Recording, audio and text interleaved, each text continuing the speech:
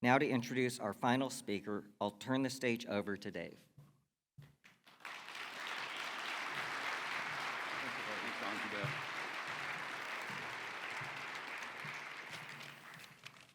Appreciate it, Don. The Cesar Kleberg Wildlife Research Institute is honored to sponsor this plenary session of the Wildlife Society.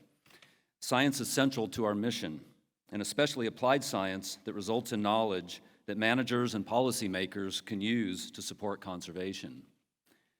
Cesar Kleberg was a practical manager. He used the knowledge of the day to meet the conservation challenges of the early 1900s. Those challenges continue to grow, and we are thankful for Dr. Lizette Waits and the other 15 recipients of the Cesar Kleberg Award for Excellence in Applied Research for generating the knowledge that we all need to do our jobs. In addition to applied research, the Cesar Kleberg Wildlife Research Institute is dedicated to training graduate students to become the next generation of wildlife professionals. It is my pleasure today to introduce the next speaker, one of that next generation of wildlife biologists who make me hopeful for the future of wildlife conservation. Lindsay Martinez is a young professional with a remarkable background. She grew up in Great Falls, Montana, and traveled east to earn a bachelor's degree from Princeton University. After graduation, Lindsay did internships with the National Park Service, the Wildlife Society, and the East Foundation. She also worked with the Wildlife Management Institute on projects to strengthen conservation communication.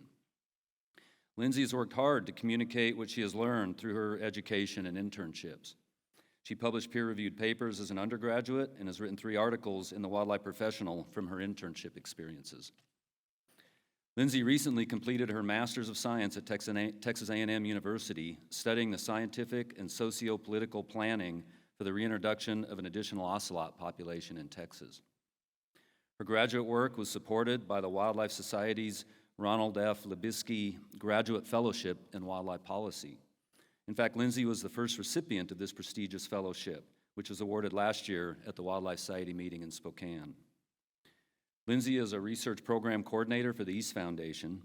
In this position, she supports research and conservation programs focused on ocelots and other threatened and endangered species on East Foundation properties in South Texas. I've watched Lindsay over the past 3 years as she organized, and I might even say wrangled, biologists from state and federal agencies, multiple universities, and private organizations to advance ocelot conservation. This has been the first such effort in the 21 years that the ocelot has been listed as an endangered species. She has done that job with patience, poise, and purpose. So with that, I'll let Lindsay come up, and she'll tell us the story of that effort and the role of science in making it happen. Lindsay?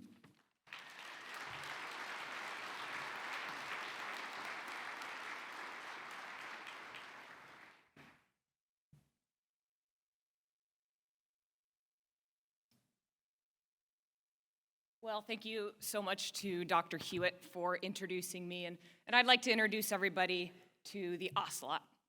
It's a medium-sized wildcat species that ranges widely through the Americas, from northern Argentina all the way up to the southern United States.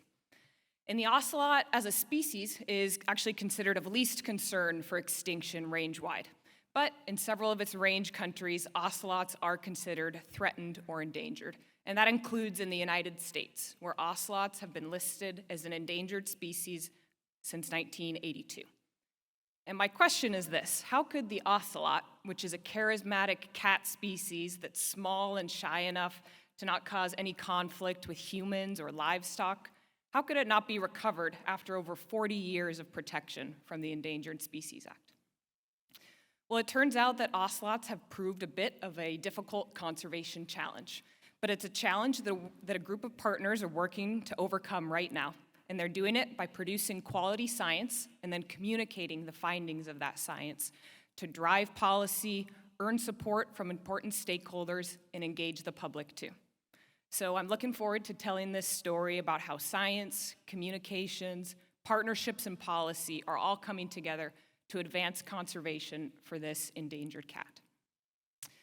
Let me speak first to why ocelots have been a difficult conservation challenge. And for one, when this species was originally listed in 1982, we really lacked information about the ocelot's status and its ecology in the United States. And with that, we really lacked information to create conservation plans for the species. And our lack of information, in part, was due because ocelots are a difficult species to research. They're elusive. They're found mostly in densely vegetated habitats. They're awake mostly at night. They're shy and scared of humans. And they're just naturally rare here in the United States because we're at the very northern periphery of their range. Of course, ocelots became especially rare in the United States by about the mid-1900s after widespread fragmentation and destruction of their habitat in the southern states, as well as overexploitation of these cats, including in efforts to harvest their beautiful pelts. And so ocelot populations in the United States really declined, and they were listed as endangered in 1982. And since then, we've typically believed that there's maybe 100 or fewer ocelots remaining, and that status has been pretty unchanged in 40 years. Today, we know that there are just 2 breeding ocelot populations remaining in all of the United States. Both of those populations are found in very deep South Texas, just north of the border and along the Gulf of Mexico. And the really small range that ocelots still occupy in the United States today, just a couple of Gulf Coast counties in Texas, it means that this species could be vulnerable to extirpation from the United States due to just one localized catastrophic event, like, say, a hurricane blowing in off the Gulf Coast. And so we really need a wider geographic range for ocelots in the United States to be sure that we can keep this amazing species in the case of the loss of our existing small populations. So beyond some of these ecological challenges, the historical challenges with research, ocelot conservation has also faced some human challenges thus far. And that's because in South Texas, where these ocelots remain, the majority of the lands are privately owned. And of course, our Texas landowners can have some strong beliefs about their private property rights, as well as concerns that working on endangered species research or conservation will lead to Endangered Species Act federal regulations that restrict their land uses, right? And those land uses could threaten the landowner's ability to use their lands, make their operations economically viable, maybe even to maintain ownership over their lands long term. Of course, that's not an issue unique to ocelots or to Texas, but in Texas, really the lack of widespread cooperation between private landowners and the U.S. Fish and Wildlife Agency, our regulating agency for endangered species, it's really limited the scope of ocelot conservation work done in Texas. And while some landowners have historically been great partners for ocelots, some have never been willing to open their gates to ocelot conservation work, and some landowners don't even want to publicly acknowledge the presence of this endangered species on their lands due to fear of regulation upon the disclosure of that information. And so the Fish and Wildlife Service, in their recovery plan for ocelots, they've actually identified private landowners as a really big challenge for doing ocelot recovery efforts. So together, we've got these ecological and these human challenges precluding the ocelot from being recovered for over 40 years of protection. But today, we've got changing tides for American ocelots. And that's because today we have a group of partners who are using their scientific knowledge of ocelots to prepare plans and propose policy to reintroduce an additional population of this cat back into some of its historic habitat in Texas. And that reintroduction, if it can be successful, it'll boost the number of ocelots in Texas, reclaim some of their historic range, ensure that the species can persist even if we lose those existing populations, and ultimately just support the ocelot's ability to recover from imperiled status here in the U.S. And that reintroduction is being planned to occur completely on privately owned lands in Texas, despite all the historic challenges we've seen for ocelot conservation on private lands. So how could we have done this? Well, to me, this exciting innovation that we've got going for the ocelot right now, it really shows us how we can use science and partnerships to make wildlife management and conservation happen on the ground. And it also shows how we can use science communications to get support from important stakeholders, to drive policy, and to get the public to support us, engage with us, and get excited about science-based conservation, even in this era clouded by science distrust and misinformation. So science. It's of course been the baseline for making any new conservation plans for ocelots. And whereas we really lacked information about this species in the past, the knowledge base has really increased more recently. And in the last couple of decades especially, university researchers, including at Caesar Clayburgh, they've collaborated with our wildlife agencies and with willing landowners to conduct new studies on ocelots. Camera trapping and telemetry studies have been used to census ocelot populations and identify areas of occupied and unoccupied habitat. And these studies have found that the remaining ocelot populations in Texas, they're not only small, they're also completely isolated from one another due to habitat fragmentation. We've also found that, indeed, most of the remaining ocelots and remaining habitat exist on privately owned ranch lands, making landowners a really critical stakeholder for ocelot recovery. The other key finding in the last couple decades of ocelot research has been that genetic diversity in these ocelot populations in Texas is declining. And this really calls for some augmentation of these populations, these genetically depressed populations, to minimize the risk of future inbreeding depression and assure that these cats have some adaptive capacity in the future. And so these studies identifying some of the demographic and habitat and genetic issues that ocelots are facing, they've informed the selection of applied research topics, as well as the partners that are necessary for doing that work. A big focus in ocelot research in just the last couple of years has been working with zoological institutions to develop methods for assisted reproduction in wild ocelots. And these assisted reproductive techniques, they could be used to artificially move genetics between existing ocelot populations in the wild without having to actually move any individuals. These technologies could also be used in human care in a captive setting to propagate a really genetically diverse source stock of ocelots who have alleles taken from the wild and who could be raised up to be released into existing populations or released into unoccupied habitat to establish new populations. And to support that reintroduction planning, years of telemetry data captured from existing ocelot populations has been passed to partners in geospatial labs who are quantifying ocelot habitat use and who have identified suitable reintroduction sites based on the presence of similar ecological communities to those already inhabited by ocelot populations in Texas. And I wanted to share that I personally got to work for a little bit as an intern and a technician on ocelot field research. I got to spend a little bit of time trudging around through the pokey Tamaulipan thorn scrub under the Texas sun to change out memory cards on cameras that were detecting ocelots. I got to set up box traps for ocelots in the afternoons and wake up before the first light of day to check those traps, hoping all along the way that we might have captured an ocelot that we could collar for a telemetry study. And going through this process of seeing data collected in the field to analyze, to use for conservation planning has been a really cool and rewarding experience for me, and one that I hope every person here in the room gets to experience. And I also wanted to say to the many students and technicians and scientists who I see out here, I see you. And I know that your work grinding away in the field under sometimes adverse conditions, it matters for getting the information we need for conservation. Now with that, conservation requires just good scientific information about our species and the threats that they face. It also requires support from important stakeholders like our wildlife agencies and our private lands like Texas, our landowners, to actually get the opportunity to put our science to work on on-the-ground projects. And now these studies that I've mentioned that have produced information on ocelots, they've always required some basic coordination between the research universities, the wildlife agencies, and the willing landowners to set up the projects, land access, permits, personnel, and more.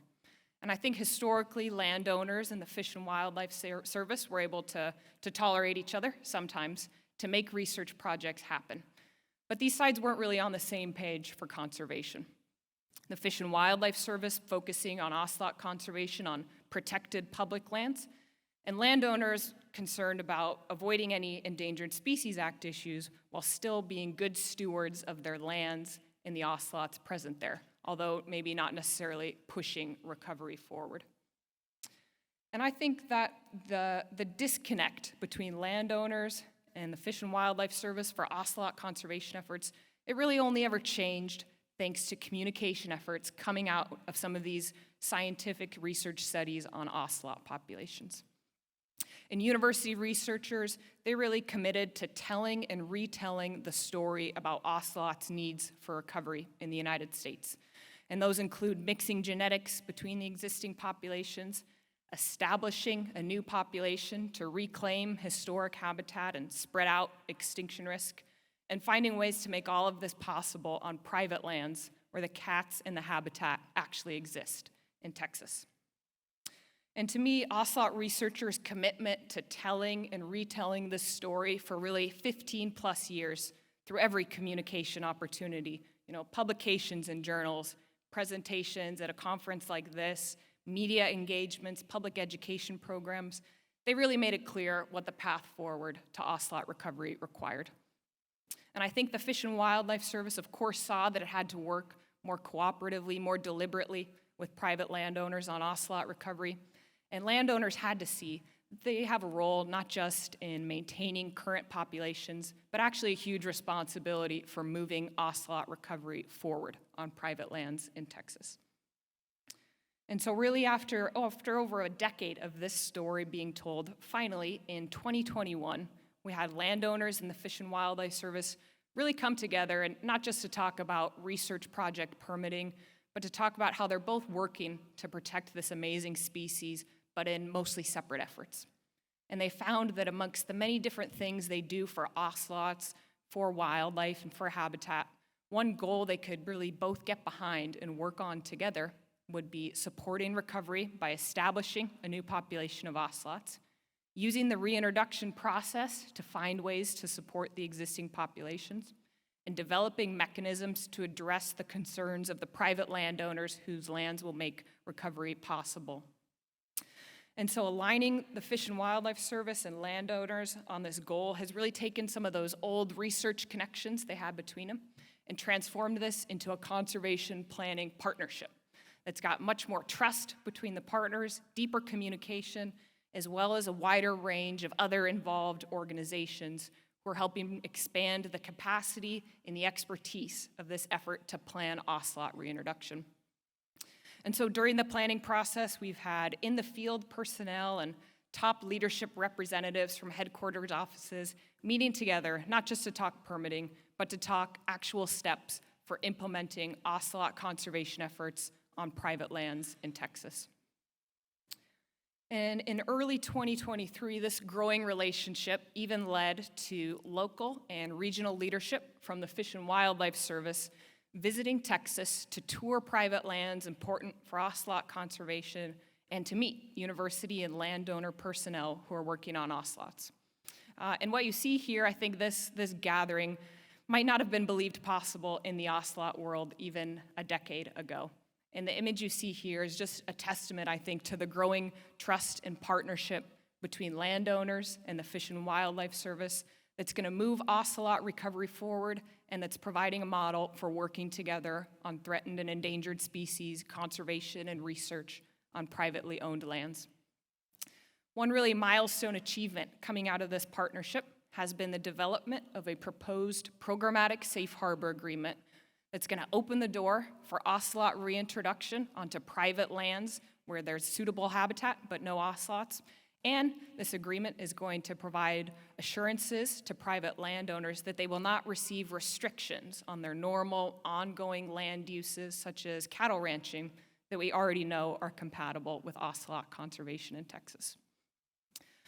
So whereas Private landowner participation in ocelot recovery was historically one of the biggest challenges for this species. I think private landowners today might actually be one of the biggest assets for ocelots. And that's because really researcher communications have encouraged landowners and the Fish and Wildlife Service to partner together and really unlock thousands of acres of privately owned lands to protect this species. So I believe that the directed communications to the agencies and to the landowners really lit the fire for new ocelot conservation efforts in these last couple years. And the final piece of this puzzle and an ongoing effort in gaining support for conservation is engaging with the public. And now the public, I don't think historically has known much about ocelots, much less that they exist in the United States. But with every new ocelot picture that goes online, there's a growing number of folks who are in love with ocelots and interested in this species. And with the ocelot being such a charismatic species and with so many folks starting to take an interest in it, there was really an opportunity here to highlight not just the uniqueness of this species and its conservation plight, but also really of the role of science and of partnerships in breaking the inertia on this species whose status has been largely unchanged for 4 decades. Now, there's been a big boom in published ocelot research coming out of Texas in really just the last couple of years. And all this information has been critical for making conservation plans.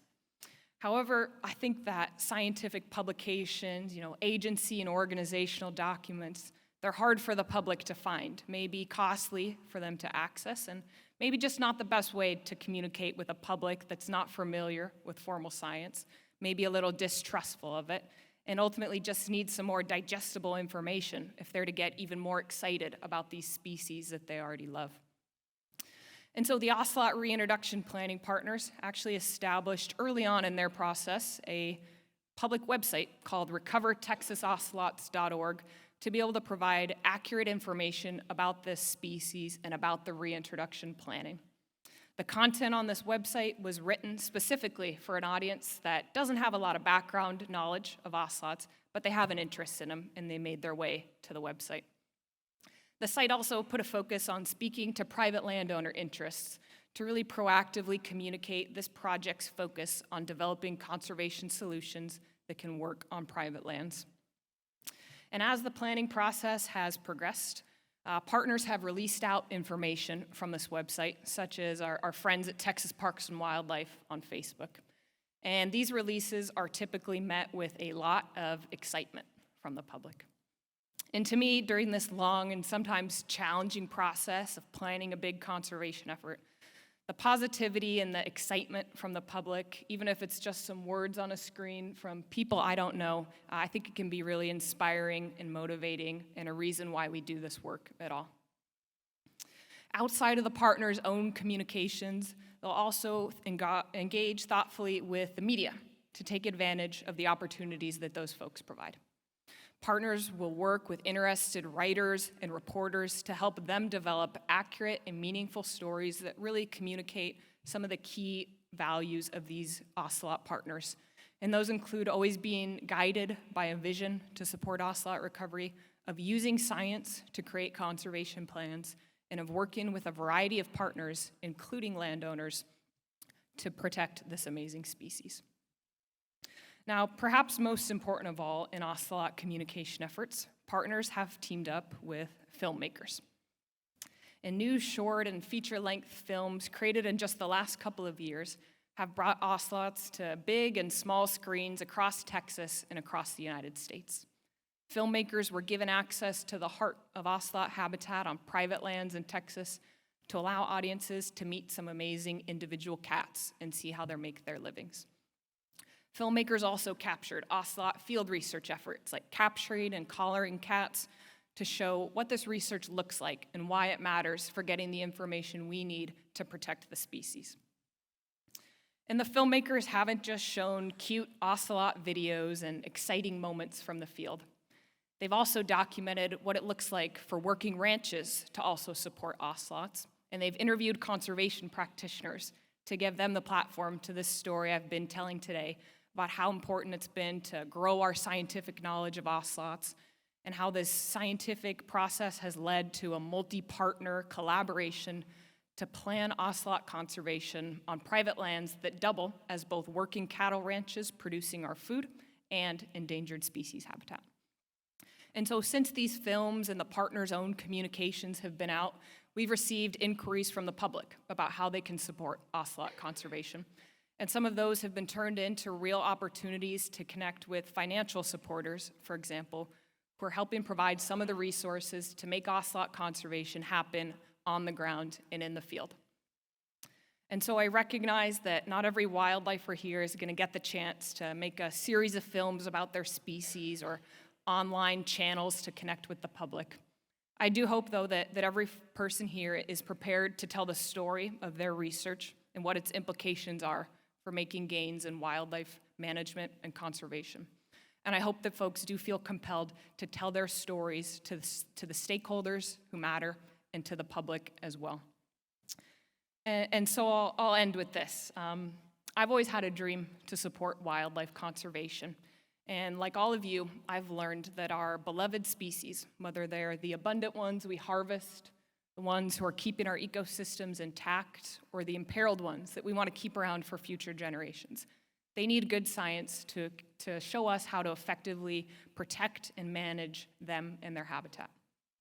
And they need good science communications if it's ever going to be possible to act on our scientific recommendations. So I believe that some of our biggest challenges in conservation, whether it be protecting listed species on privately owned lands or breaking the inertia on species that have been listed for decades, it can be solved by doing quality science that not only leads us to the information we need to plan conservation, but also opens the door for new partnerships to build capacity to implement those projects, and opens the door for opportunities to communicate with the public and earn their support. So for the ocelot, an endangered species in Texas whose recovery depends on scientific innovation and on collaboration between private landowners and other conservation partners, we've turned scientific relationships into conservation partnerships that have planned an exciting project for a species that also has the public behind it, thanks to effective outward communications. And ocelot folks have really committed over the years to telling the story about the ocelot's needs, the role of privately owned lands in meeting those needs, and the ways that we can work collaboratively with different partners to do endangered species research and conservation. And so I hope that this ongoing story of the ocelot can provide a model for working with your partners on science, deliberately communicating your findings to important stakeholders to drive policy, and deliberately communicating with the public to earn their support and maybe draw a little inspiration from their excitement too. Thank you so much.